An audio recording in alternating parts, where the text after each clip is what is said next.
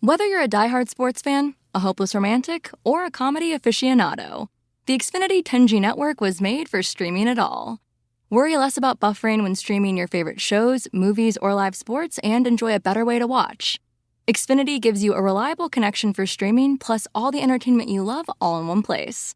Fear not, because now you can finally sit back, relax, and stream your favorite entertainment and sports like never before with the Xfinity 10G network.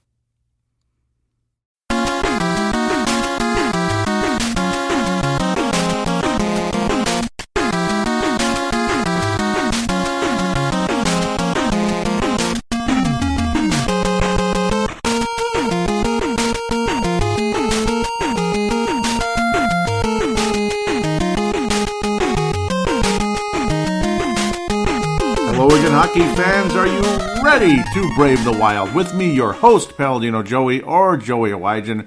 Brave the Wild is available on iTunes, Google Podcasts, Stitcher, and Double Twist. Thank you once again for joining me today on an unorthodox, we'll call it, or unconventional release of Brave the Wild. We're doing it on a Wednesday morning instead of a Thursday, as unfortunately it looks like the Thursday releases will probably be coming to an end, unfortunately. Obviously, with the schedule getting strange this week and probably more and more busy as we move forward into the spring cleanup season. Is luckily this year no late winter surge that we know about anyway. I don't see it on the 7-day forecast, so that's good.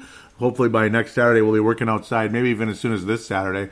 Those of you that might listen to Timberwolves Explosion, that show will not be released on Friday either, possibly Saturday. It's like a 50-50 for that because of what's going on Saturday, possibly, and unable to record on Friday. So just letting you know the situation. Also, unfortunately, for the first time in 7 years, the Minnesota Wild will not participate in the NHL/Stanley Cup playoffs. So that's an ode to a 6-year run making the postseason. The Minnesota Wild will be picking in the, well, let's just say low teens, possibly. Low teens in the draft. Maybe, 10 to 13, something like that. That's more than likely where the Minnesota Wild will wind up. Who knows? Somebody actually could have the Wild going number one overall.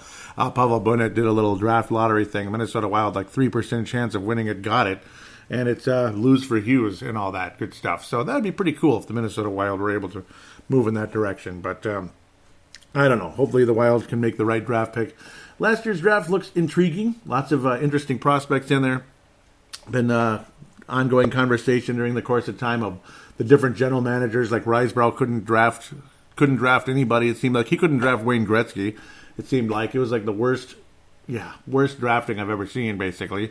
And then Fletcher improved on it a little bit. And hopefully Fenton improves on it more. That type of thing. As Fletcher obviously got some picks. You know, he got some picks that worked out as mostly the trades that were his undoing and some of the free agent signings along the way. Some of the late ones especially.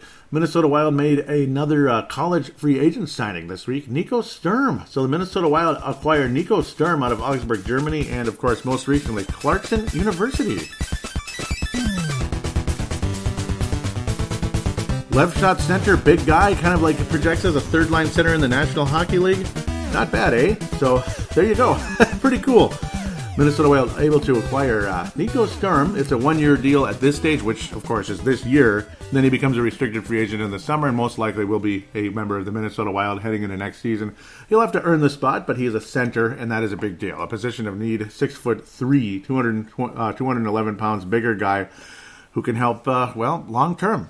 Possibly be somewhat of a Koivu replacement in time. We'll see what happens. And, of course, Minnesota Wild will have up to $15 million available in salary cap space, which we haven't been able to say in about 7 years. So, all right, that's nice. So Minnesota Wild will be likely chasing after a number one center. Of course, signing Eric Staal to a 2-year extension. Well, I guess. Is Eric Staal going to be the fourth-line center, the third-line center? No. So...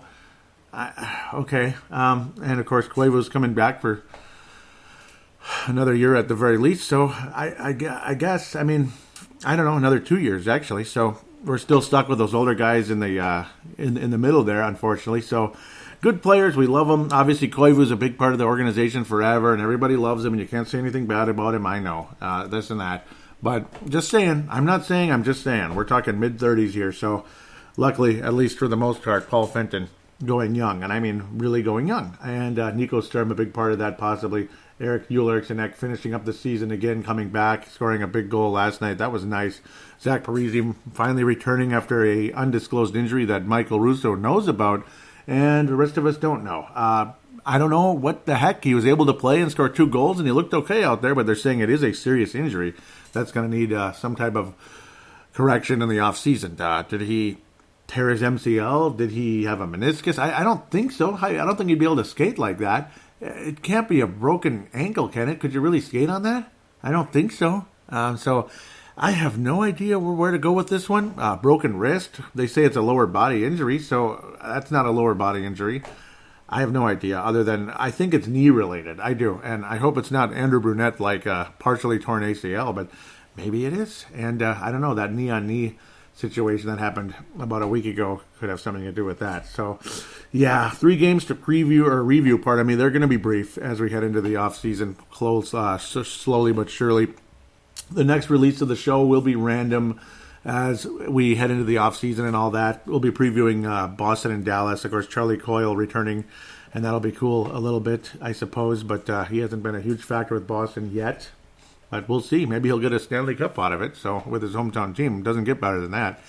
But no, the release of the show will become more and more random now. It won't be like Thursday. Not until next fall again, as that's how we head into the off season. Of course, the fall cleanups, and oftentimes the show gets recorded on like a rainy day or something, or of course the weekends as we head into the summer. Love off-season Brave the Wild episodes. Lots of fun. It won't be like last year where I'll disappear for 3 months or 2 months because of moving and all the drama that goes with that. Minnesota Wild did beat the Vegas Golden Knights to stay alive on March the 29th. That was Friday night last week. 3-2 victory after going ahead 3-0. Almost let it go, kind of like the Minnesota Golden Gophers in 2002 in their first Frozen Four in what was 7 years at the time. Yeah, 1995 to 2002. Gophers got to the Frozen Four, took a 3-0 lead on Michigan, almost let it slip away, but they hung on and went on and beat Maine in overtime 2 nights later. Beautiful night as it was. Oh, man. But no, we beat the Vegas Golden Knights, and I guess we own the Golden Knights for some reason. We've never lost in Las Vegas, so cool. Paul Stastny tried to make a huge change of that. He was obviously in the past former St. Louis Blue and snake bit the Wild at times. Devin Dubnyk made the save of the year on Paul Stastny on a wraparound. That was a goal. Like 95% of the time that's a goal, and Devin Dubnyk made a spectacular save. Made another unbelievable save down the stretch as Vegas with the empty net would have a late surge and almost put that thing in. Thank God, though, for Devin Dubnyk. What an amazing night. I did predict correctly that Kevin Fiala would score. Wound up with his 13th goal of the year on the power play, getting the rebound, a nice juicy rebound off of Jason Zucker, and flipped that thing past what was Malcolm Subban. Malcolm Subban in net, of course, the younger brother of P.K. Subban, the superstar defenseman of the hated Nashville Predators, the now hated Nashville Predators anyway. I didn't hate them too much before, now I do. But also a couple guys, other than Ryan Donato getting his 15th assist of the year. Greg Pattern, his first goal of the year, and Nick Seeler's 5th assist. 2 guys just starving for points because they're stay-at-home defensemen. Greg Pattern, again, an example. This was very early in the first period, which was a sign of things to come, that the Wild would somehow survive this and get a win and hang in there. Put the puck on net. That's all you got to do, basically. And it wound up being a 5-hole goal from a weird angle because it went off of Malcolm Subban's pad right through the 5-hole. So whatever. There you go. If you're going to score a goal, you might as well score it that way with a lucky bounce, as they say in the NHL. 5th assist of the year from Nick Seeler. Nice shot, though, from Greg Pattern. Hey, that's a goal scorer's shot. You look for some type of deflection, some type of trigonometry, like you're playing pool, basically. Corner pocket. Yeah, good corner pocket shot by Greg Pattern. He called the shot. He nailed it. No, he didn't call it, but it went in. And there you go. 1-0 Minnesota. Eric Stahl on the power play. And Kevin Fiala also on the power play. Zucker not scoring a goal. It looked like it was Jason Zucker's goal, but apparently Eric Stahl deflected it at the last second. It for sure looked like Jason Zucker had his first goal in his hometown of Las Vegas. He was actually born in California, but he grew up in Las Vegas, so I'll look at it that way. Imagine I was born in Madison or something, but grew up in Golden Valley, Minnesota. Which, well, I just was born and grew up in Golden Valley, Minnesota. But basically that's what happened with Jason Zucker there. Actually literally born in Cal, but wound up in Vegas his whole life until moving on to the hated Denver Pioneers and ultimately winning or getting drafted by the Minnesota Wild and all that. It's the 22nd goal of the year by Eric Stahl. That's, well, maybe that'll be his last goal of the year. Not the worst numbers ever for the guy, but again, he's slowed down so much, and we're here for 2 more years, and God bless him. And Thunder Bay is by far closer to Minnesota than anything else, except maybe the Winnipeg Jets, and I guess he didn't want to go there. He's happy here, so it is what it is. Eric Stahl, multi-point game, and Paul Stastny was unbelievable in this game. He could have had 4 goals, maybe 5 goals in the game. He could have easily had a hat trick in this game, but I think at least 4, where Dubnyk robbed him in 2 spectacular plays late. Devin Dubnyk, without a doubt, just unbelievable this week, and including against Arizona, to be fair, because he only gave up 2 goals in that game. The 4-0 score was a couple of empty netters. Just not Minnesota's night, blah, blah, blah. But a fun game in Vegas. We own him, and it was cool to see Brad Hunt there talking about his time in Vegas, and he got to see a few friends and all that. And he had a good night, a couple shots on net and all that. And I hope the Minnesota Wild re-sign Brad Hunt and keep him on board. And I think they will. I think they will. The other guy the Minnesota Wild are pursuing is a left shot defenseman. I should bring this up. Jimmy Schultz out of St. Cloud State, of course, teammate of Sam Henches, who had an awesome freshman year. Jimmy Schultz, senior, just like Nico Sturm, Sturm only played 3 years there, but he's 23 already. Jimmy Schultz, 23, also out of Minnetonka, Minnesota. Defenseman, 35 points this year and 38 the year before. Last year, both number 1 teams in the nation. 38 points, 10 goals in every year except his sophomore year there. He only had 8. Missed a couple games. Didn't get the numbers that he would have liked that year, but amazing plus-minus during the course of his collegiate career. Obviously, he's got a lot of talent and should translate to the National Hockey League. The only problem for Jimmy Schultz, but I suppose it doesn't matter which shot you shoot, is he's a left shot, and there's a bajillion left shots on the Minnesota Wild, including Brad Hunt. Of course, you got Ryan Suter, who's getting older, but he's still on the books for another 6 bleeping years. If you can imagine that. That's a long time. Jonas Brodin, unless he's traded, that type of thing. And, of course, Brad Hunt, Nick Seeler, and Anthony Boteto, if they're actually intending to bring back Tony Boteto, which I'm not sure too many people want. Coolest name ever. Seems like a very cool guy. But, again, I don't know, the risks that guy takes and the dumb mistakes, that's what people don't like about Tony Boteto. So that's the problem there. So Jimmy Schultz would have a hell of a time. That's what I think. I'm guessing he's going to wind up signing somewhere else because of that. That's just my guess. But unless he's legitimately that good and the Wild are like, you're going to very, very likely be on this roster and be a big part of things, I think he's going to have a hell of a time. Or if Brodin's going to get traded and you're going to get a nice haul for him that I don't know about, we'll see what happens. But I'm guessing Schultz is going to go somewhere else. That's just my guess. Where Nico Sturm, I mean, it's like, oh, God, please, we need a center. Please, Nico, please come to Minnesota. Please come to Minnesota, Nico. It's not Miko, it's Nico with an N, of course. So that's kind of where things go there. Kind of like the the Japanese radio-controlled car company, but spelled differently. Again, from Augsburg, Germany. Jimmy Schultz, though, Minnetonka, Minnesota. Yes, sir. Great collegiate career, and we'll just have to see where he winds up. Maybe he does come here, but again, it's going to have a hell of a time. Even if he was a right shot, which appears to be a position of need right now, and yes, it is, but you got Belpedio, you got Brennan Mennel, who had 42 bleeping points this year, and his season isn't over yet, 42 points. So they're both right shot guys in Iowa, who obviously Belpedio is an NHL player. He is. And he's going to be something at some point. And I think Brendan Mendel's an NHL player. A lot of people love that guy. So, as weird and depleted as our defensive core looked, there's still a lot of depth. So, I would love to bring Jimmy Schultz here. And I hope it would work out, but I have no idea. That's why I'm guessing he's going to wind up in Las Vegas or something like that. Wouldn't be a bad choice, actually. But I hope if he doesn't come here, he goes to Vegas. That'd be kind of cool. Okay, so speaking of the Vegas Knights, the Minnesota Wild defeated the Las Vegas Golden Knights 3-2 last Friday. And then, okay, it's like, are we going to beat Arizona? Well, we never really do. We kind of beat them sometimes, but we just kind of didn't and all that. And Darcy Kemper has been unbelievable, and he's helped the Arizona Coyotes hang on into the postseason. They're hanging on. They're hanging with thread, along with Grubauer with the Colorado Avalanche, who tore up the Edmonton Oilers last night, and that's why the Wild are finished, because it's just Okay, it's one thing you're behind and you got to win every game. But if the other team wins 1 or 2 games, the season's over anyway. So that's the problem. The other 2 teams have to collapse. That's why I kept saying we're not going to make it. And we didn't make it. And games like this are why we didn't make it also.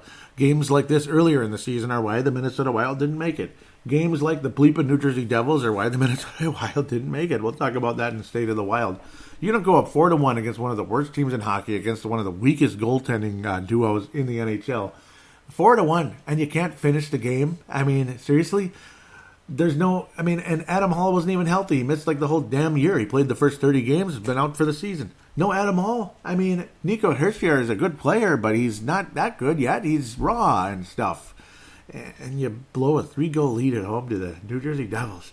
So that's why the Wild aren't in the playoffs, is games like that. Because there's been more than one, obviously. Home losses to the Edmonton bleeping Oilers. And I just know every single loss we had to the Oilers this year was like, seriously?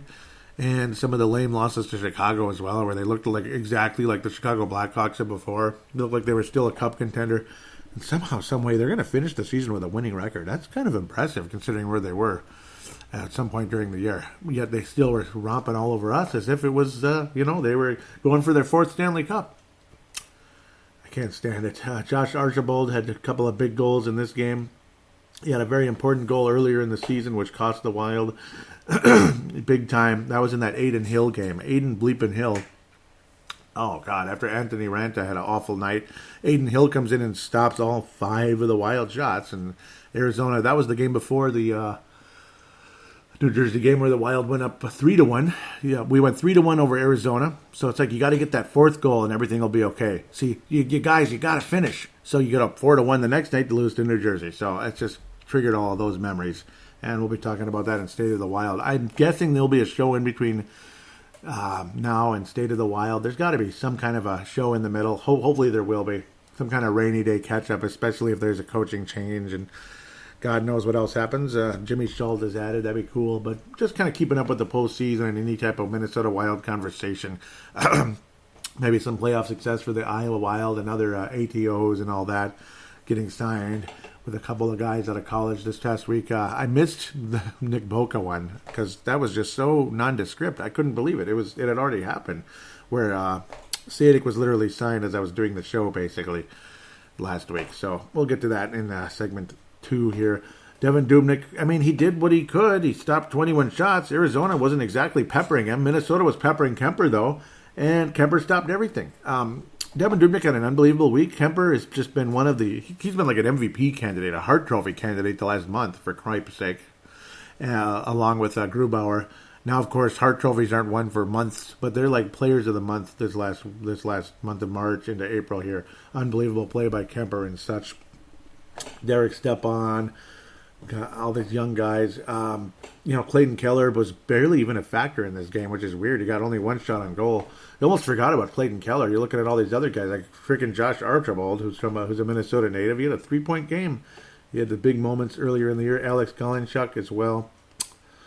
Some nice success. Oliver Ekman-Larsson, I could have used that assist a week ago or so to help me close out a championship. Nicholas Jarmelson, the former Blackhawk. Boy, oh boy. You almost forgot about him. Almost completely forgot about that guy, as he was a member of the glory years of the Chicago Blackhawks. Pontus Aberg has been getting scratched. Anthony Boteto has been getting scratched. Obviously, Robson is probably not going to see action. I don't think you want to throw him out there against Dallas or Boston. I got a feeling that would, even though it's like the season's over and this and that, in terms of making the playoffs, maybe you want to get him out there, but nah. It would leave a real sour taste in his mouth if you put him out there and he gave up 4 goals or something in the first period for whatever reason, because he's just not NHL ready yet. So we'll see what happens going into the offseason. It's a very interesting acquisition, and interesting that he's not in Iowa or anything. So, of course, Parise continuing to miss time in this one, and that didn't help. A 4-0 game. It's just not a whole lot to say other than the Wild gave their best effort, but they didn't finish. That's all there is to say. They gave their best effort, but they didn't finish, and they lost 4-0. And I don't know, the 2 empty net goals, so you can't get mad at Dubnyk. I mean, you give up 2 goals in the most part of 3 periods. That's not too bad, like 2.1 goals against average or so. Save percentage way up there. So I can't get too mad. Well, it wasn't that high because he only faced 21 shots. It was actually just 90 and 90.5. So, okay, whatever. Still, I mean, this team gave a good effort. I mean, they did. They just didn't bleep and finish. I mean, 5 shots on goal by Fiala, 4 by Greenway. Greenway's been very good. Donato, so many chances, just wasn't finishing. Victor Rask even, actually, I thought had a pretty good game. He won his faceoffs, you know. He won his faceoffs, 9 and 4 in the faceoff category. That's good. And 3 shots on goal. He was active. Not fast, but he was active. He was fairly aggressive. So, I mean, I'm going to give him credit. Even J.T. Brown got 4 shots on that, is whatever that's worth in this time. But the effort was there. The finish wasn't. Period. And that's why the Wild aren't going to make the playoffs. The effort was there, but the finish wasn't. You can't say this team quit on Boudreau, even though there's certain games out there where they've looked like crud, like Edmonton and New Jersey and such earlier in the season. Wonderful game against the Winnipeg Jets. Backs against the wall. No tomorrow. Blah, blah, blah. But it's too little too late. And a 5-1 win, and you sweep the Winnipeg Jets 5-0. That's the most impressive thing about this season. I mean, it is. Other than the young guys coming in and doing a good job. I mean, Mr. Donato there. Obviously, Ryan Donato, very, very successful acquisition. Unfortunately, unable to score much in these games. Only got 1 assist, so much more invisible this week compared to the last few. But seriously, 5-0 over Winnipeg. I mean, that deserves a nice hand. It does. It sucks that it doesn't mean a damn thing now. It means nothing. Why couldn't we do this in the playoffs? Why couldn't you just go out and sweep Winnipeg or beat them 4-1? Heck, beat them in a 7-game series with a dramatic overtime goal, just like the old days and the semi recent days with Niederreiter. But all the way back to Andrew Burnett against Patrick Waugh, with the most celebrated goal in Wild history. Why not knock out the Winnipeg Jets that way? Wouldn't that be great? We'll see what happens there. They might be looking at a goaltender change. Not a good game for Eric Comrie, giving up 5 goals. But again, the opening goal right out of midway through the first period, I should say. It wasn't right out of the gate, but it was cool to see Parise back out there. Maybe he will finish with 30 goals this year.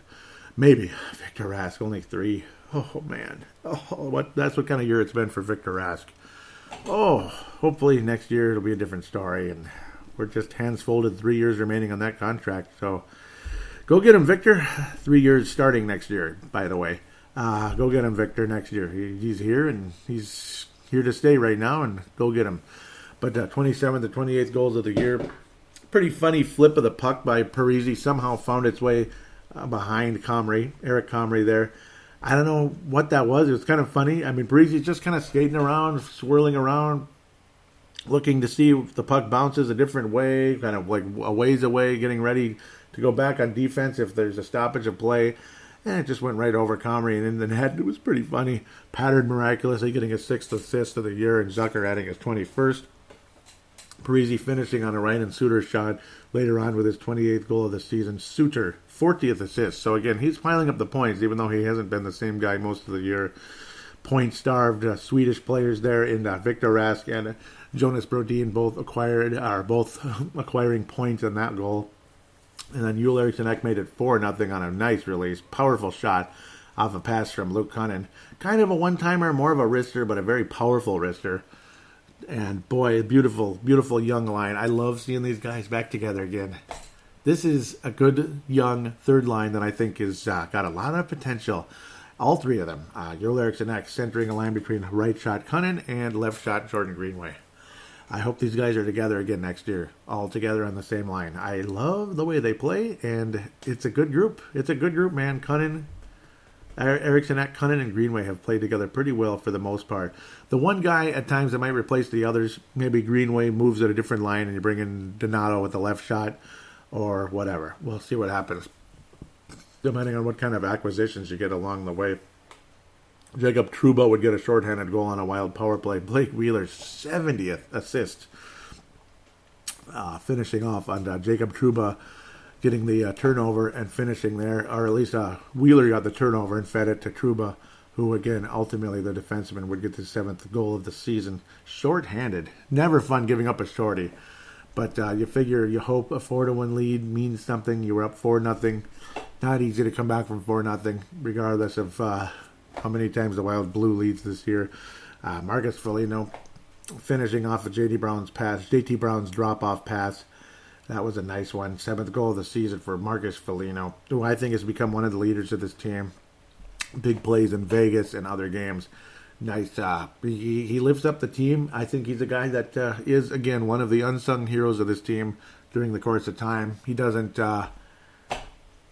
sugarcoat anything, and it's not like he throws players under the bus either. But again, he doesn't sugarcoat anything. He doesn't kiss ass to his teammates necessarily, and he doesn't make excuses for anybody or himself either. So I love what Marcus Foligno does bring in that sense, and of course, pretty cool, interesting guy.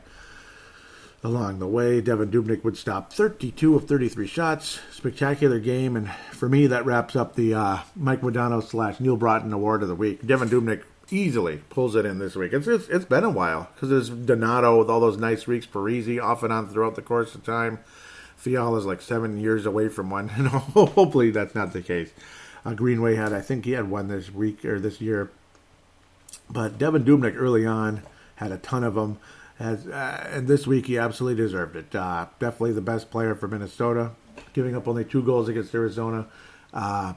Spectacular game against the Vegas Golden Knights. And then you have this one here, which was very good as well, stopping 32 shots from Winnipeg as well. I mean, there's a good chance Winnipeg could have caught up to Minnesota, but Winnipeg is probably going to win the division, they're going to be number 3 seed, I believe, in the Western Conference, because it looks like Calgary and San Jose are going to be 1 and 2 at the end of the day, just like Chicago and Minnesota a few years ago. And so quickly after that, Chicago and Minnesota were struggling mightily. Chicago much worse, though. That was 2 years ago. Shocking turn of events for the two teams that led the way, but got knocked out in the first round in the 2017 playoffs. That was definitely disappointing. The James Shepard Memorial, I don't know, just being unable to score against the Arizona Coyotes. Again, I can't point fingers at a certain player in this episode. I'm not really mad at any particular player, just the fact you couldn't score. You had golden opportunities. There's always stupid-ass turnovers from guys like Greg Pattern. Boteto didn't see really any action anymore. So it's kind of like, I don't know. I mean, there's always dumb turnovers, but luckily they didn't lead to disaster because Dubnyk was just so good.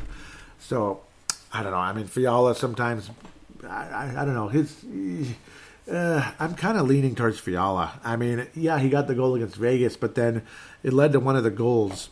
Fiala's awful turnover led to one of the goals of Arizona that actually counted down the stretch. He just got gobbled up. He lost the puck. He fell, and away they went. That was on one of Archibald's goals, which pissed me off. So I guess Fiala. I mean, I'm not happy with him so far. Part of me's like, I'd rather have Granlund, but again, $7-8 million a year, I don't want to give it to Granlund right now. And he's not exactly lighting up the lamps in Nashville either. Neither player's really doing that great. It's kind of a wash of a trade so far. But both players will very likely be with their respective teams for the long-term future, I got to think. The next 4 to 5 years, maybe 10 years with Mr. Fiala. We'll see what happens with Granlund. I wouldn't be surprised if he left Nashville for another team in a couple of years. That's just my guess, depending on how things go, unless he really suddenly catches fire and ends up getting an 80-point season there. But Fiala's the kind of guy you're hoping can be a 35-goal scorer. The mental game is not there. The skill is there, but the mental game isn't. And I don't know. I mean, I don't know. I hope it comes. He's been in the league a while now. It's not like he just got drafted last week. So hopefully he can come back next season and be ready to go. And that's a big deal, along with guys like Victor Rask and such that need to be better after a pretty rotten season. Again, Fiala had a pretty disappointing season compared to last year, I'd have to say. You look at the difference in numbers in pretty much every statistic for Fiala compared to last year, and it's just like he's not even close. So, I don't know, man. I don't know. That's my stance on that. We'll take a quick break, preview the final 2 games of the regular season, look at the prospects, including Nico Sturm, Jimmy Schultz, guys like that. And, of course, continue conversation of the NCAA tournament and looking at the guys in Iowa.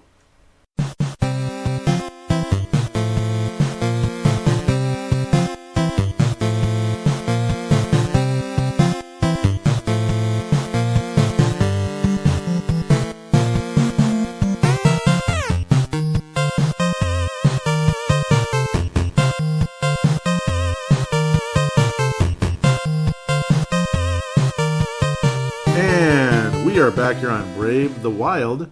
Segment number 2, we're going to preview 2 games, look at the prospects, and bid adieu for a little while. It might be 2 weeks, might be a month tops. We'll see. We'll try to kind of have a in-between show before State of the Wild as we head into the draft and everything and talk about the, playoffs and review slightly and all that kind of stuff. I wouldn't mind having some kind of a playoffs preview type of show. I almost should have waited, but oh well. Well, that's what's going to happen. We'll talk about the playoffs coming up and all that. That is one thing I regret, I suppose. But, well, you got to do the show when you can do the show. I mean, it is what it is. The Boston Bruins come to town. Charlie Coyle will make his return. I'm sure there won't be anybody giving him a hard time or anything, at least for the most part, unless he passes up a lot of easy shots, which I think is, that warrants a little frustration, I suppose. Doesn't shoot the puck a whole lot. He did have a nice shootout goal for Boston a few weeks ago. He's had a couple of goals during the course of time, but again, nothing all that spectacular since joining the Boston Bruins in the Eastern Conference. Charlie Coyle finally going home and all that after all the rumors and this and that. In 19 games, he has 2 goals and 4 assists. He's a -1 for the aforementioned Boston Bruins. Brad Marchand, a guy who, there's Brad Marchand, there's big players all over the league, talented guys, Connor McDavid, Sidney Crosby, Braden Point, which I would love to have on Minnesota. That's a guy we couldn't. That's a guy we would have, should have gotten the draft a few years ago. 3rd round pick, star after star after star on Tampa Bay, including that guy Stamkos and Kucherov, and you could go on and on. Nathan McKinnon, Truvanen, and all these guys. Mikko Turanen in Carolina, Sebastian Aho, and then you have a guy like Brad Marchand, who's obviously a big name. He's been a very talented player over the years, and then he's notorious for licking guys' faces. I don't understand that.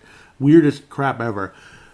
But with all that said, Brad Marchand the last couple of years reached the 85-point mark. Ladies and gentlemen, Brad Marchand is a triple-digit scorer in the National Hockey League. He recorded his 100th point most recently here, 36 goals on the season, 64 assists, 100-point season for Brad Marchand. So regardless of what you think of the weirdness of the guy, that deserves a little bit of recognition. I mean, 100 points is a big deal. It's a big deal. I mean, this isn't Gretzky where you're going to get 199 points or Lemieux 212 points, 80 goals, whatever. You just don't see that anymore. And for Brad Marchand to get 100 points, that's pretty impressive. Patrice Bergeron, a veteran. David Pasternak, I wish the Wild could have got him again. Another guy, that we didn't get in the draft. 78 points on the year, 37 goals to lead the Boston Bruins. Charlie McAvoy, I think, has had a kind of a down year after a nice rookie campaign last year. Defenseman, up-and-comer for the Boston Bruins. He missed, happens, though, when you miss 26 games. So it is what it is. 27 points on the year in the 53 games he's been a part of. David Backes, oft injured, old, battered, torn, this and that.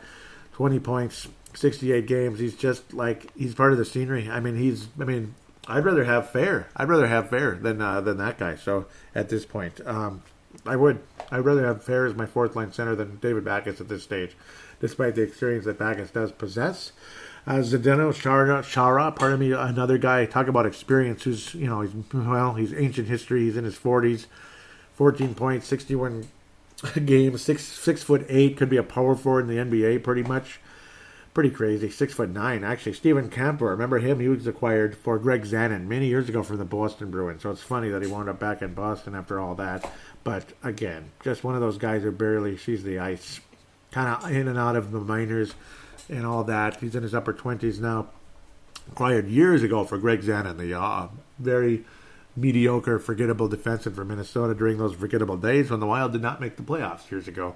Again, Ryan Donato also had only 9 points in the 34 games he played there. So Donato going against his hometown club for the first time, and Charlie Coyle going back home and playing against his team for the first time. 19 games for Boston so far. He'll play his 20th game, and it'll be against the Minnesota Wild. Boston Bruins 2-3 in their last 5 games. Not so great. 105 points on the season, and they're as much of a cup contender as anybody in the Eastern Conference, other than the Tampa Bay Lightning, who I think it's almost like who's taking second right now in the Eastern Conference. And I guess it's Boston at this stage. They've actually played 80 games on the year. So, yeah, wow, 80 games already, only 2 remaining. They can get a maximum of 109 points total. Tuukka Rask, I guess, statistically one of the greatest goalies in the history of the Boston Bruins. In fact, he's the winningest goalie in the history of the Bruins. And Jaroslav Halak, who had been so lousy, so mediocre with the New York Islanders, just formed a pretty nice duo with the now veteran Tuukka Rask, who did get a ring in 2011 as the backup goalie behind Tim Thomas. 4 shutouts each. That's impressive. Goals against average almost exactly the same. 2.40 in Halak's case, 2.42 in Tuukka Rask's case. Save percentage for Halak 92.1, and then Tuukka Rask 915 there. Awesome seasons for both goaltenders, and that's why Boston's good, obviously, along with player after player that can score. They're easily the second best team in the Eastern Conference. You got David Krejci, who also has got 71 points on the season, 52 assists, and that's a third line center there. So what a valuable player. He is definitely going to become. Tony Krug's their top. Torrey Krug is their top defenseman there, 53 points on the year. He's their shooter, 47 assists. Jake DeBrusk also, wow, he's one of those second line scorers, 27 goals on the season, only 14 assists, but still putting the puck in the net. Boston Bruins lost to Tampa in Tampa 5-4. That must have been a pretty epic battle. They beat the New York Rangers on the 27, 6-3. Lose to Florida. Ouch, at home, 4-1. Ouch. And then on Sunday, back-to-back situation. This was on national television. Not a good night for Jaroslav Halak, who had been so good all season. He gave up 6 goals. I mean, Detroit just rolled over him. And that was after Boston had taken the lead and all that, and the Detroit just came rolling back. Boston took a 3-2 lead after going down 2-0, and then boom! I mean, it was just Detroit exploded with 4 goals in a row. Dylan Larkin, love that guy. Would love to have him on Minnesota.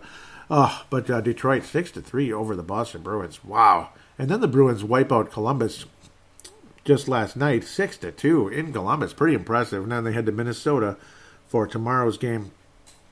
Charlie Coyle coming home. Oh boy, this matchup has been what it has been. It's all over the place. But lately, Boston it's a pendulum. And for a while, the pendulum was Boston. Then it switched over to Minnesota. We always seem to beat the Boston Bruins. And now it's switched back to Boston. I think the Bruins beat the Wild. I think the fact the Wild are out of the playoffs, you're not going to see as much hunger. Maybe you'll see some loosey-goosey from the young guys. You'll see a goal from somebody like Greenway or Donato. I am absolutely, positively, factually picking Ryan Donato to be the most likely goal scorer for the Minnesota Wild. But I think the Bruins take the Wild 3-2 in the game. But Ryan Donato will score a goal. If Charlie Coyle scores, I'm just going to cry. Like, really? I don't know. Maybe they'll just say, go ahead and shoot, Charlie. Go ahead and shoot, Charlie. And then he won't. But then, like, Marchand will score or something. But I do think the Bruins take the Wild 3-2 in the game. But Ryan Donato will be the most likely guy to score. I think Boston Bruins are kind of gearing up here. At the same time, they also want to play safe. I mean, they're not going to change hands in their postseason. I mean, they're going to be where they're going to be. They're going to be one of the top seeds, but they're not going to be the top seed. They have no way of catching Tampa, and they have no way of blowing their position with the Toronto Maple Leafs. So they have nothing really to lose in the game. But I still think that Boston is just the better team. It's one thing where, you don't want to get hurt. You want to kind of take it easy. But at the same time, you don't want to go into the postseason slack-jawed. You want to go in playing well. And I think that's what Boston's intention will be. They will have a solid game, a 3-2 victory over the Minnesota Wild. And then the hated, evil Dallas Stars. Can't stand them. I don't think anybody can. Dallas Stars, who wrap up the season against the Dallas Stars. I believe it's in Dallas, Texas. Now, again, April 4th for Boston. And the Dallas Stars will be playing the Minnesota Wild on April the 6th. That would be, of course, Saturday. We'll wrap up the season hosting the Minnesota Wild. It will be in Dallas, Texas. Minnesota's season will end in Dallas, Texas, much to my chagrin. Be a nice watch, though, just to kind of see how things turn out. Loosey-goosey, this and that. Ben Bishop ready to go. Will he go all the way and face his former team in the Stanley Cup Final? I doubt it, but who knows? I mean, Dallas is playing pretty good, and they're back in the playoffs again, so good for them. I hate the Dallas Stars now. For so many years, they were my team because we didn't have a team, this and that, for a while there, that 7-year period. They were 100% my team at the time. This has been a back-and-forth matchup, but Dallas, clearly the better team. And Minnesota beat the Stars 3-1 way back on October the 19th, but since then it's been ugly. December the 22nd, 2-1 win for Dallas. It wasn't that ugly of a game, but we lost. Start off the month of February with a 3-1 loss in Dallas. A 2-1 loss was in Minnesota. We actually beat the Stars in Dallas 3-1. That was pretty impressive back on the 19th of October. And then not so long ago, on March the 14th, Dallas all over Minnesota in that game, 4-1, ugly game. So the Stars have already won the season series. I wouldn't be surprised if somehow, some way the Wild win this game, just because maybe the Stars are resting certain guys and this and that. I think the Wild come in loosey-goosey. I get a different vibe coming in. A couple of shows ago, I made a very annoying mistake about Tyler Pitlick. I kept calling Rem Pitlick Tyler Pitlick, and I knew it immediately when because sometimes they listen back for quality control, this and that, and it's like Tyler Pitlick's on the Dallas Stars. Rem Pitlick was the gopher that went to the Nashville Predators. Tyler Pitlick, obviously, he's just okay. He gets his little fourth line action with the Dallas Stars. Obviously, good luck to him and everything, but he hasn't had a whole lot of success at the NHL level thus far. So just mentioning that, unlike the other Tyler Seguin, Radulov has obviously had major success against Minnesota. Some of those weird slow down, puts the puck right past us type of goals. Again, a guy who'd been in and out of the NHL from Russia. Obviously, he's had major success when he's been in the NHL. 70-point season for him. Jamie Benz had a very down year, only 52 points. Still productive. I mean, don't get me wrong. I still take the 27 goals any day. But, I mean, Parise's outplaying him. So, I mean, and God bless Zach Parise, but Jamie Benn was supposed to be a little bit higher level, I'd have to say. John Klingberg anyway, missed a ton of time this year for 18 games, 44 points still on the season. So, again, a guy extremely productive, but he missed a ton of time. They're going to hope he's healthy. And, of course, the guy they acquired from New York, Matt Zuccarello, only 2 games. Again, broke his arm right out of the gate. I guess he's just coming back because he had played only 1 game, broke his arm. So he's just coming back, Matt Zuccarello. So good for him, coming back just in time for the playoffs. So maybe, just maybe, Mr. Zuccarello will still be a worthy acquisition as the Dallas Stars head into the postseason. Obviously, Zuccarello, many wonderful nights for the New York Rangers. He did get an assist just last night. So Zuccarello just returned. So we will see Zuccarello playing against Minnesota. Watch out when you block the puck, my friend. You got to turn around. It hurts one way or another, but yeah, you set yourself up for an injury there, facing the puck literally. Puck went right off his wrist and broke his arm. Can you imagine the pain? Oof. But he's back out there since Feb 24. So nice to see Zuccarello back. Hate the Dallas Stars, but again, good for him and all that. And well, you don't like to see a guy go out with a freak injury like that, even though it's kind of comical. I mean, literally, like we got Matt Zuccarello. Here we go, and then wham! Can you imagine? Can you imagine that? But I think Minnesota wins this one because it's just gonna have that loosey goosey win it for Boudreau. I want him back. This and that. Win it for Boudreau. Loosey goosey. Like it's our last game. We just want to go out on a positive note heading into the offseason. I think Dallas does not want to get another freak injury to somebody because obviously it can happen, and it did. To obviously a guy like Zuccarello, a guy they're going to want, for as long as possible if they go on a legitimate playoff run, or anybody else like that, Klingberg, guys like that. Obviously Ben Bishop. I wouldn't be surprised if Anton Khudobin's in net. Also, I think it's going to be let Bishop rest. I think if you're smart, let Bishop rest. Even though there's the sharpness angle, Khudobin deserves a chance to play, and obviously he's been a very good goaltender. A save percentage of 92.6. Ben Bishop 93.3, an amazing year, 6 shutouts.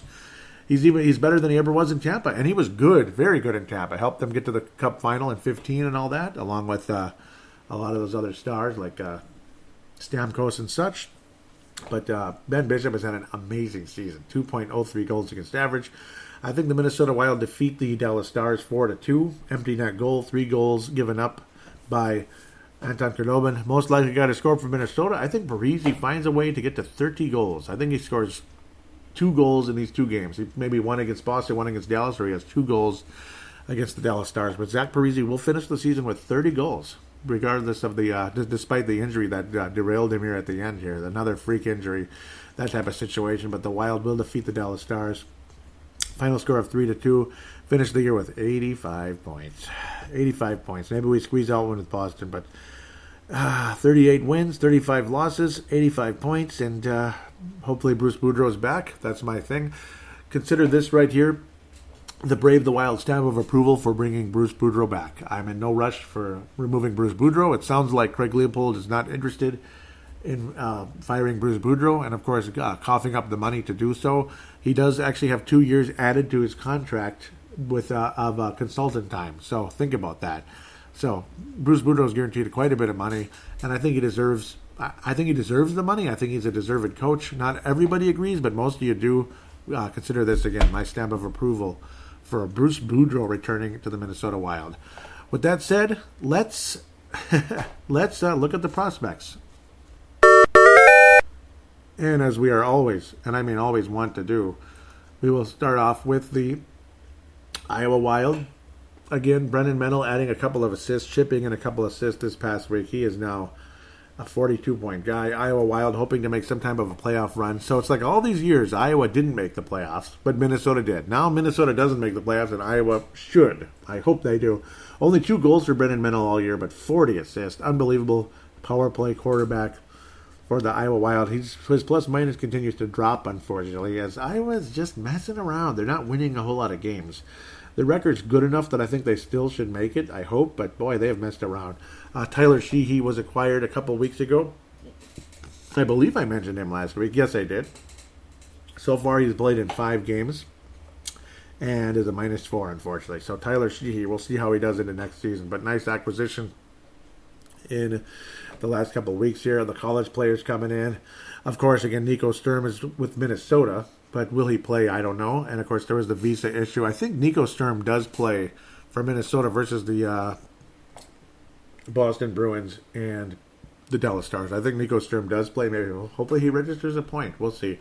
But Jack Sadik and Nick Boca were acquired on ATOs. They have not been put in the lineup, unfortunately, though. Just too busy with lineup, this and that. And this team's trying to make the playoffs, and we'll see what happens. But Sadik and Boca, Nick Boca was a 5th-round pick out of Michigan a few years ago, and Jack Sadik, 7th-round pick out of Minnesota. Both of them, I think, could be NHL defensemen. They're both right shots. Boca, more of a physical guy. Sadik, kind of an all-around solid defenseman who can help the power play, can kind of lead things. He was the top defenseman for Minnesota last year. Top scoring defenseman and top defenseman, but not dazzling numbers. He had 18 points in 40 games. So, but still, you're pushing about 40 points in a regular season. It was 36 games. So he'd be about 41 points or so at the end of the day. So, yeah, again, literally like half a point a game for Jack Sadik. That's not too bad for a team that didn't score all that much in Minnesota. Dmitry Sokolov stuck at 30 points. Not a spectacular week, but still not bad. William Biden had a 2-goal game last night. Very cool for Iowa, in a loss to the Phoenix Roadrunners, unfortunately. But 2 goals for Will Biden. He's now at 12 goals in the season, 25 total points. The center of the 4th line there, who plays along with Dmitry Sokolov on the right side there. Brendan Menell again adding a couple of assists. Sam Anas added his 24th assist. Been more of a playmaker this year than he's been in the past. Again, I missed several games with that broken hand earlier in the season, much to my chagrin. Would have loved to have him out there. Missed about 14 games there. Kyle O'Reilly's probably going to finish the season as the leading scorer, 61 points. Amazing season, but again, a minor league player.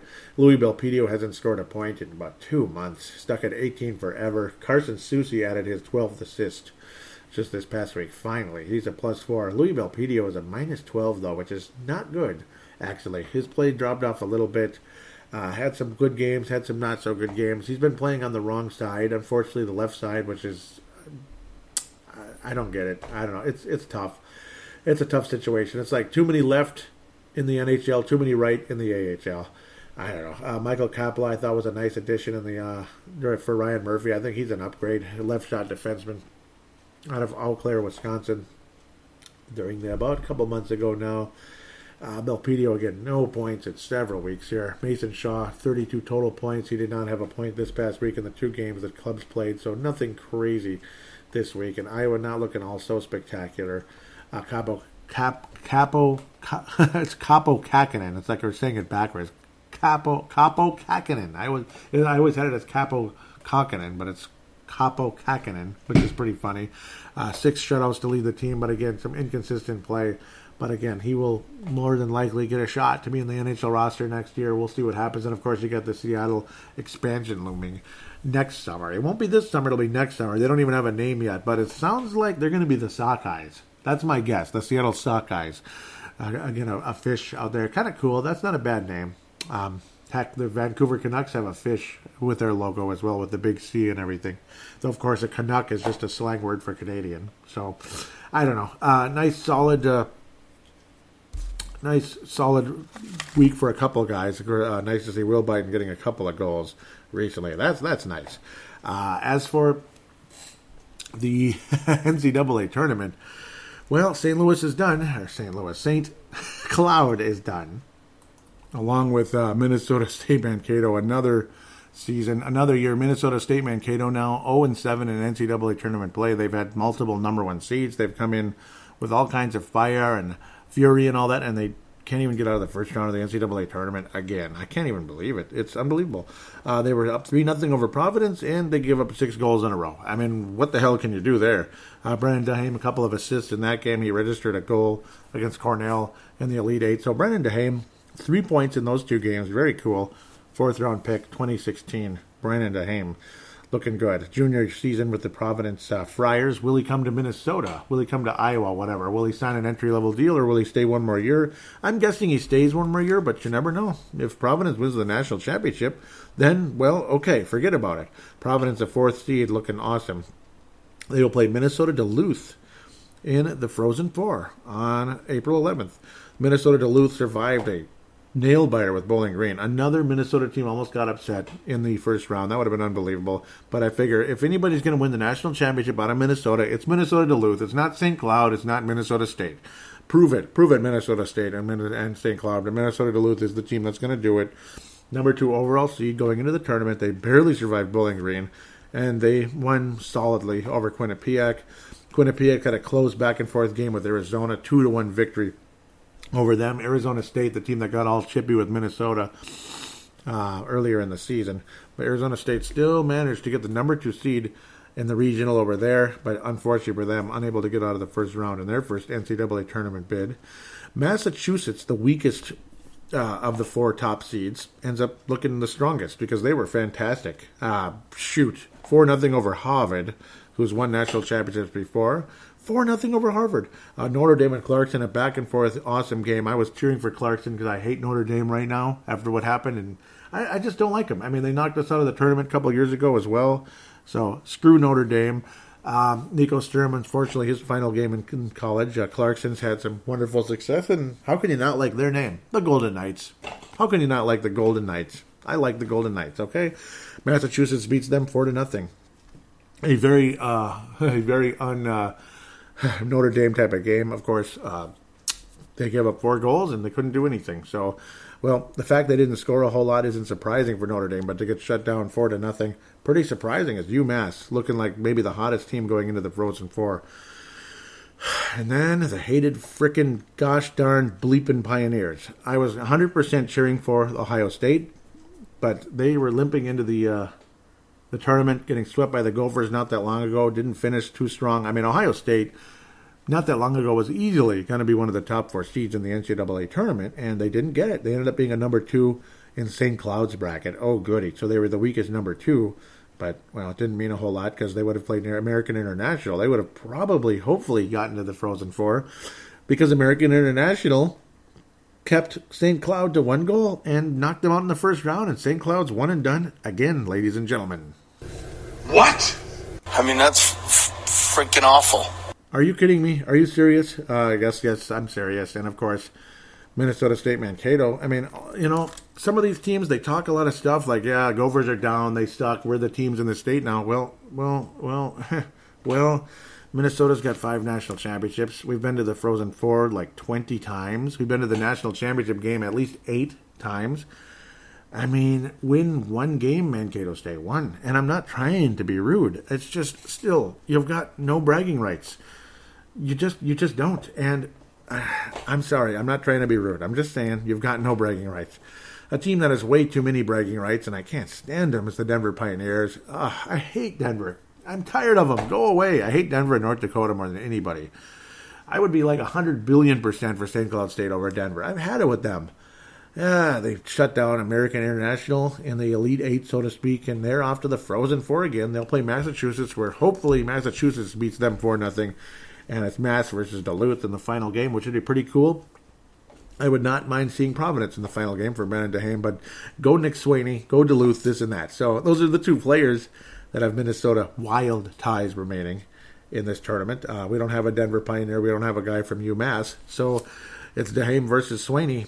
Couple of left shot players there, left wingers that can score a little bit. Dehame is more of a playmaker at this stage, where Swaney has definitely become a goal scorer. He's the leading goal scorer, tied with McKay with Duluth. McKay is the overall leading scorer on the team, but Swaney sharing the goal lead there, as he scored in the second game against the Quinnipiac Tigers there, Wildcats, pardon me. But good back and forth game there. But Minnesota clearly the better team. I like Quinnipiac, so I felt a little bad for them, but happy for Duluth. I do think they are the absolute favorites to go back-to-back and win another national championship, which would be their 3rd. Again, still, you don't have 5 yet, so, but wonderful success, and they've beaten the Gophers pretty much all the time lately, the Duluth Bulldogs. I do think they win the title. I think the winner, put it this way, I'll be cheering for whoever wins Providence and Minnesota Duluth. UMass, boy, it's been a while since they've been in the tournament, since 2007. They've had minimal success. But Lord, they look awesome so far. I mean, 4-0 over Harvard, 4-0 over Notre Dame. That's nothing to sneeze at. And I hope and pray that they beat Denver. I am sick of the Denver Pioneers. If they win another national championship, I'm just going to cry. And I'm going to throw up at the same time. I'm sick of Denver. I don't know what it is. I just hate them, you know. I just hate them. I don't know why. Whatever, right? It is what it is. Lots of pent-up frustration in the WCHA days with them. This and that. Yeah, it's just they're not interesting to me. Even though they're good, they're not interesting. I'd rather see someone else win, and that's how I stand on things. In North Dakota, they can just, they know where to stick it. So I can't stand that team either. God. So it is what it is. Nothing personal against the kids. It's more the fan base. I hate North Dakota, man. Watch. Half my listeners are fans of the Fighting Hawks, Fighting Sioux, Fighting whatever they are, Fighting green uniforms. They're the Fighting NDs, okay? North Dakota. Isn't that great? They're the Fighting Dakotans. I can't say that either. That's just going to offend somebody, so I better just cancel everything here. With that said, let's go to the Twitter account, @BraveTheWild. I thank each and every one of you that have interacted with me on there in the past. For some strange reason, this thing is acting up like I don't understand. So we'll have to go a different route. Again, @BraveTheWild is the Twitter account. I believe I had some back and forth conversation there. Yep, and there were some replies. There was a retweet by Vince Germano. Thank you so much, out of Australia. Not much left was episode 208. This one as well, we're pretty much out of the postseason. That's basically all there is to say. Still haven't even decided on a name of the episode yet, but I'll come up with something very soon. Tony Ferrari, thank you very much for mentioning me. That's an honor. You put me with the Hockey Wilderness and Gone Puck Wild and Gat Wild podcast. Well, thank you. Thank you for including me in your thoughts there. The news guy below has been fully updated. Louis Belpedio, Ivan Ladnia, Dmitry Sokolov. Pretty cool. Very cool. Thank you very much for thinking of me there, Tony Ferrari. I appreciate that. That's awesome.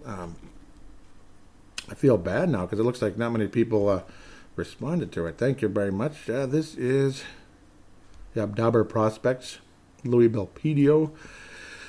Well, unfortunately, Louis Belpedio, again, he hasn't scored in eons, and it's too bad. Talented right shot defender.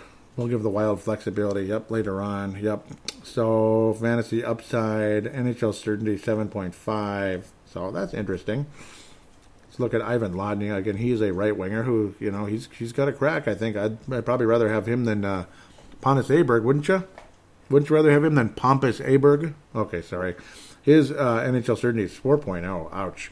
That's a bummer. As for, went to the wrong one. Let's go to Dmitry Sokolov. 7.5 for Belpedio, and I do think he's the most likely guy to make it. 5.0 rating for the NHL certainty of Sokolov. He's definitely a goal scorer, as they say. This is courtesy of AHL and, of course, Dobber Prospects. So thank you, Tony Ferrari. Thank you very much for thinking of my show, and the others appreciate that very much.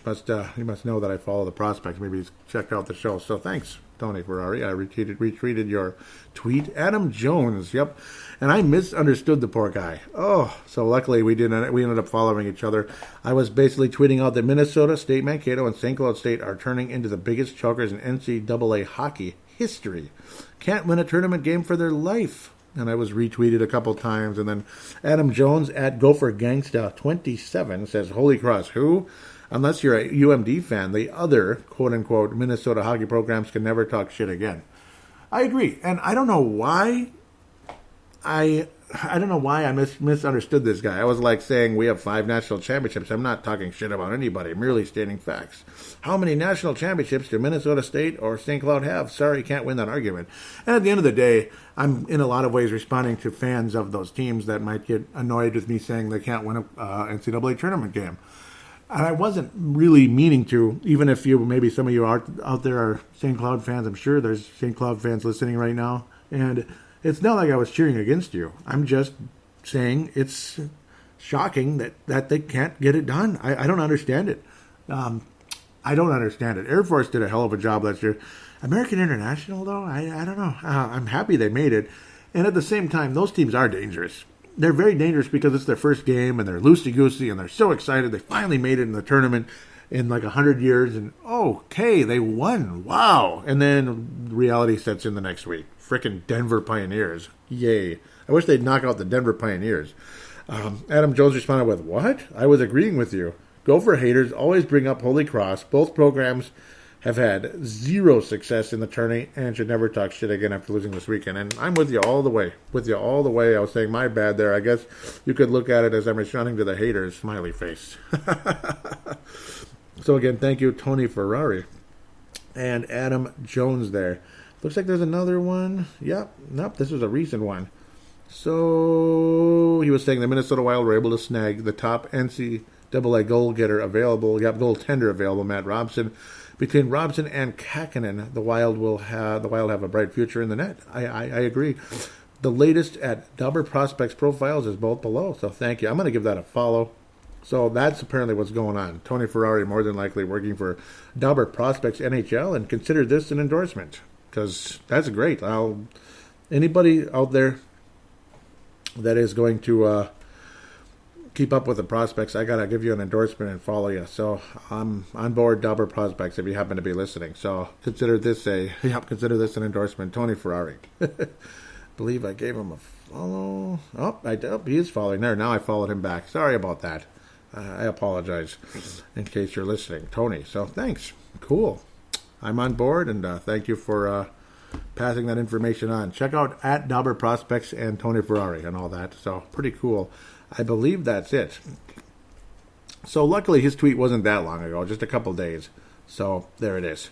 The first one and now the second one just a few hours ago. So there you go. There you go. Met a new friend there. So that's always a good thing.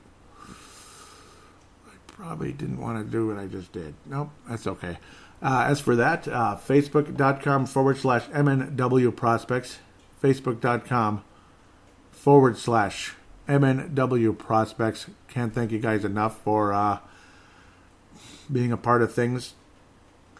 And obviously, again, keeping up with the prospects, all the guys, Nico Sturm, you could go on and on. Nick Swaney, Brandon DeHame, Capo Kakkonen, Kirill Kaprizov, Alexander Kolvanov in the Quebec Major Junior Hockey League, Connor DeWare, WHL, the Everett Silvertips, and all that in their postseason. It's going to be really fascinating to see how these guys turn out. Can't wait at all. Obviously, these players give us hope for the future. And, of course, the recent acquisitions of Ryan Donato and others along the way. Hopefully, again, I mean, Ryan Donato is the exciting one. Tuukka Rask, I keep calling him Tuukka Rask. Victor Rask is still kind of an unknown, and so far has not been good. But he is a guy who can score 50 points in the NHL, and he's been right below it, 48 points. So don't write him off just yet. Again, Nico Sturm could be something. Hopefully, Matt Robson's a very intriguing addition. So, I mean, all is not lost. As disappointing as things have been, all is not lost. You got some young defensemen coming up, and maybe even bring in Jimmy Schultz. Again, let's look at those numbers here before we step away here. St. Cloud State, again, Jimmy Schultz, defenseman, 35 points this year, 38 the year before, 26 as a freshman, 10 goals in his freshman, junior, and senior year. As for Nico Sturm, who is on Minnesota officially, 45 points this year, 31 assists out of that. He was a plus 23 for Clarkson, a plus 20 a year ago, 37 points, 14 goals in both years here. And then his first year, he had only 21 points, still a plus 4, 8 goals. He'll get a couple penalty minutes, but nothing crazy. So, again, a defensive-minded center, a bigger guy who can score. So, nothing wrong with that. He projects to be a third-line center, basically. That's basically what he projects to be so far, bottom six type of guy. But, again, another guy that shoots left, but he's a center, and Minnesota needs centers. What's going to happen with Joel Eriksson-Ek? What's going to happen with I keep calling him Tuukka, Victor Rask.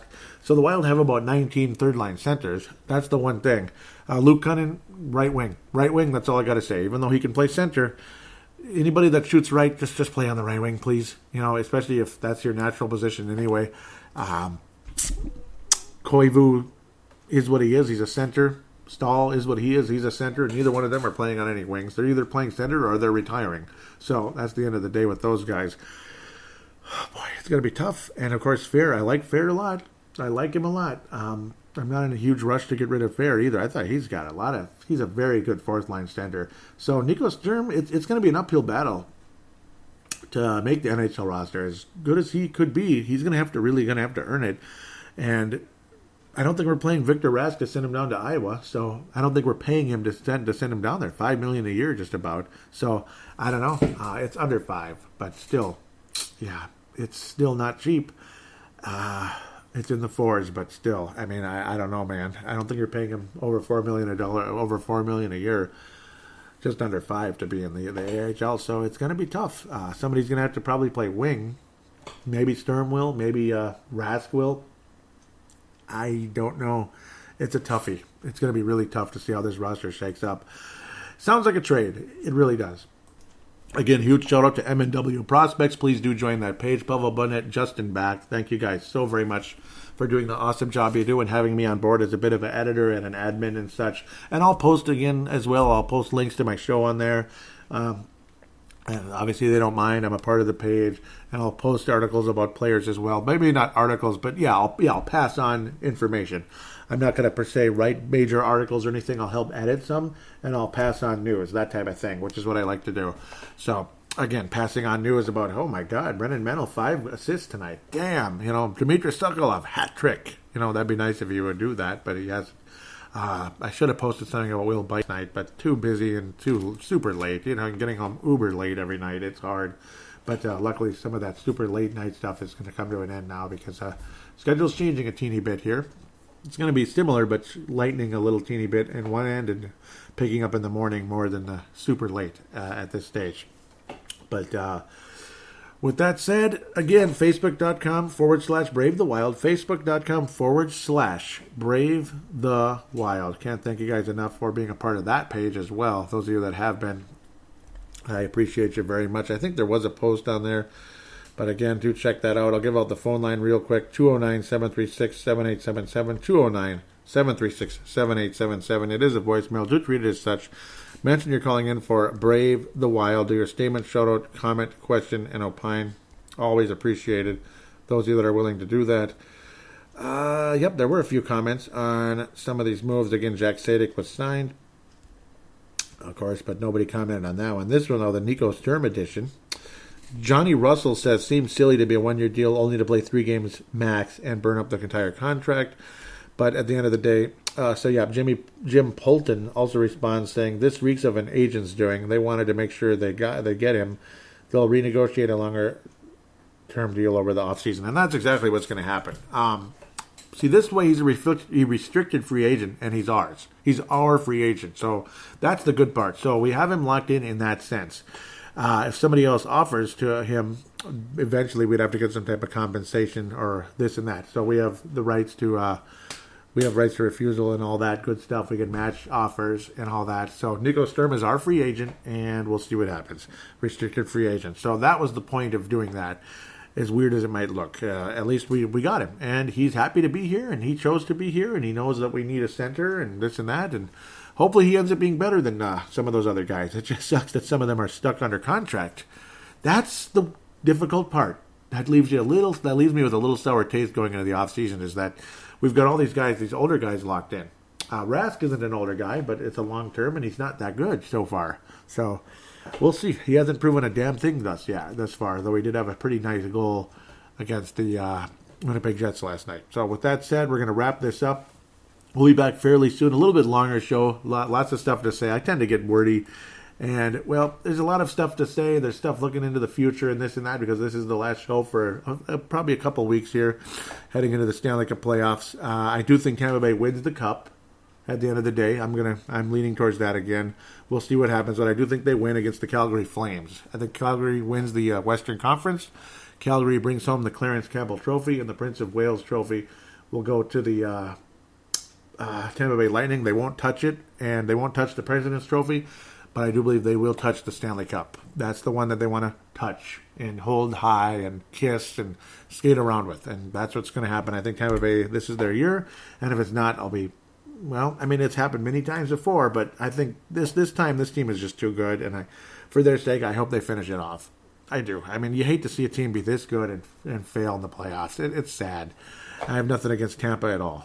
They're not the Red Wings. I got sick of the Blackhawks. Well, you don't need an introduction as to how we feel about them. I don't think anybody wants Winnipeg to win the Cup. Okay, maybe some of you do. I'm not a huge fan. But who knows? Maybe this is their year to get there. But I do think Tampa clinches a Stanley Cup championship this year, with that said. We're wrapping up the whole phone line thing. There's the call no button on the Facebook page, which goes to the same phone line that I mentioned earlier. Again, all the information will be in the show description. It goes there. It's a 3-minute limit. It goes through Facebook Messenger if you want to go that direction. Again, 3-minute limit, and again, you'll be on air, but be wary of the 3-minute limit, as it'll cut you off. There's the unlimited route, which is the audio submission route. Use the voice recording application on every smart device on the planet. They're obviously free. Treat it like a phone call. Save it and email it to paladinolive@yahoo.com. paladinolive@yahoo.com, which I will greatly appreciate. And there you go. Say where you're from and all that, and just to kind of keep it your name and where you're from, like town or whatever, and give your statement, shout out, comment, question, and opine. It would be great to have you on air. All the information that I mentioned will be in the show description, including that email address and all that. On iTunes or Stitcher or Double Twist, or, of course, the Google Podcast, if you could, would be greatly appreciated. iTunes, of course, very appreciated when you write a positive rating on there. I can't thank you enough, those of you that have done that. It makes the show more attractive to potential new listeners. So with that said, going to wish all of you a very nice spring as things try to warm up a little bit here, as the snow is just about gone. And those of you locally anyway, those of you overseas, hope everything is going well for you there. And we will talk to you in a couple weeks. Go Minnesota Wild, go off season, go Tampa Bay Lightning, go Calgary Flames, kind of, right? We'll talk to you later.